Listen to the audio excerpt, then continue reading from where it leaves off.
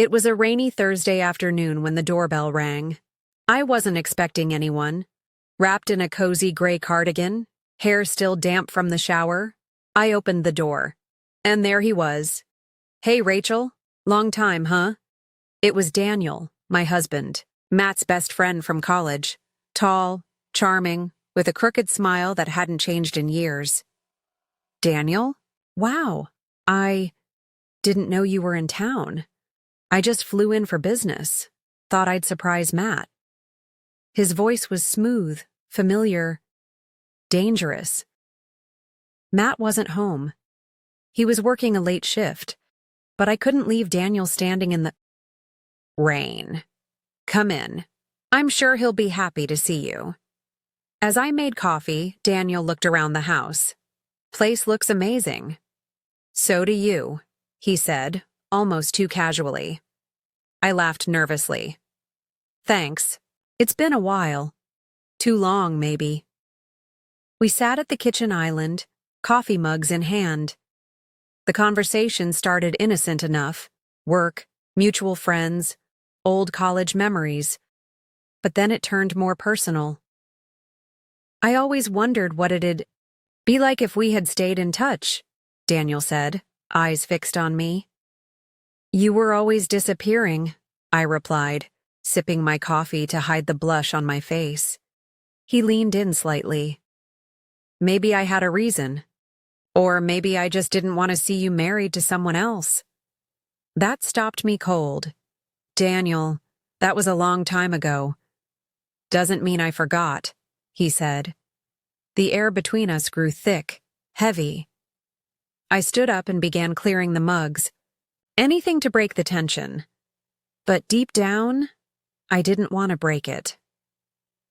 Over the next few days, Daniel became a regular presence. Matt was thrilled to see his best friend again, and I played the good hostess. But every time Daniel looked at me, there was something unspoken behind his eyes, and I knew he saw the same in mine. One night, after dinner, Matt had to take a work call and left the table. Daniel and I were alone again. Candles flickered, wine glasses half full. "You ever think about how things could have been if life had gone another way?" he asked softly. I didn't answer. I didn't need to. Our eyes locked, and for a second I forgot everything. My marriage, my responsibilities, my reality. That second felt like a lifetime. But then Matt walked back in, and the moment vanished like smoke. I lay in bed that night, staring at the ceiling, Matt asleep beside me. I was angry at myself for letting Daniel get under my skin, for enjoying it. And yet, I couldn't shake the feeling that something had been missing in my life long before Daniel returned. Matt was a good man, steady, predictable. But passion? That spark? It had dimmed years ago. Daniel reminded me of a version of myself I'd buried. A woman who used to dream. A woman who used to feel alive. Was I really going to risk everything? To chase a memory? I didn't know. It happened one evening when Matt was away on a business trip. Daniel stayed for dinner. Just the two of us. We talked for hours, laughter flowing like wine. Music played softly in the background. When I stood to clear the plates, he followed me into the kitchen. "Rachel," he said, gently taking my hand, "I can't pretend anymore. I think about you all the time." I froze. "Daniel, we can't." He stepped closer, his voice low. "I know. But that doesn't stop me from feeling it." His lips brushed mine before I could stop him. And for the first time in years, I let go. We kissed, deeply, hungrily, like two people who had waited a decade too long. But as quickly as it started, I pulled away. Tears welled up in my eyes. "I can't do this," I whispered. He nodded, stepping back. I'm sorry. I shouldn't have. But we both knew. The line had already been crossed. The next morning, Daniel was gone. No note, no goodbye. Matt came home that evening, hugging me like nothing had changed. But inside, everything had.